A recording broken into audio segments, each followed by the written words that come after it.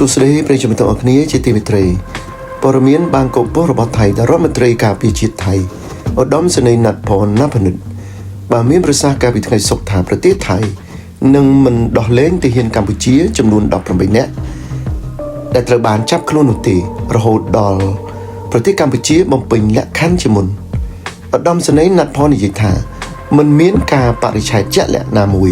ត្រូវបានកំណត់សម្រាប់ការដោះលែងនោះទេទោះបីជាថ្ងៃទី12ខែវិច្ឆិកាគឺជាគោលដៅដែលអាចធ្វើទៅបានប្រសិនបើកម្ពុជាដកអាវុធធុនធ្ងន់ចេញពីព្រំដែនហើយអនុញ្ញាតឲ្យប្រទេសថៃធ្វើការបោះសម្អាតមីននៅក្នុងតំបន់ដែលបានកំណត់ដែលថៃទាមទារមានចំនួន5ក៏ដោយរដ្ឋមន្ត្រីរូបនេះបានបញ្ជាក់ពីទីតាំង5ដែលបានកំណត់សម្រាប់ការបោះសម្អាតនោះទេប៉ុន្តែបានបញ្ជាក់ពីមុនថាតំបន់ជុំវិញប្រាសាទតាក្របីមិនមែនជាតំបន់មួយក្នុងចំណោមតំបន់ទាំងនោះទេលោកបន្ថែមថាប្រទេសកម្ពុជាបានព្យាយាមតាក់ទងទៅប្រទេសថៃ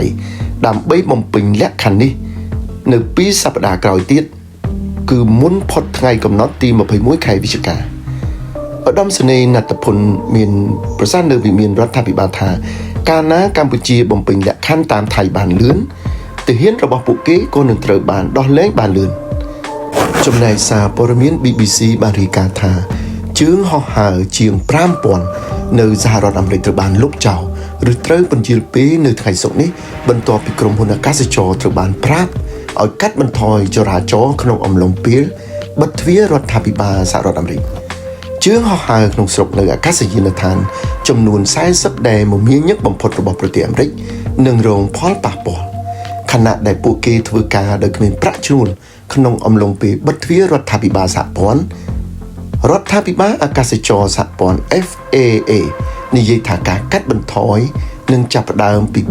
4% នៃជើងហោះហើរក្នុងស្រុកមុនពេលអាចកើនឡើងដល់ 10% ពេញនៅចុងសប្តាហ៍ក្រោយឬក៏រហូតដល់ 15% ឬក៏ 20% ប្រសិនបើការបិទទ្វាររដ្ឋាភិបាលមិនបានបញ្ចប់ក្នុងពេលឆាប់ៗនេះទេប្រធានដឹកជញ្ជូនសហព័ន្ធសហរដ្ឋអាមេរិកនិយាយថាក្រុមហ៊ុនអាកាសចរធំៗជាច្រើនរបស់សហរដ្ឋអាមេរិកកំពុងធានាដល់អតិថិជនរបស់ខ្លួនថាពួកគេ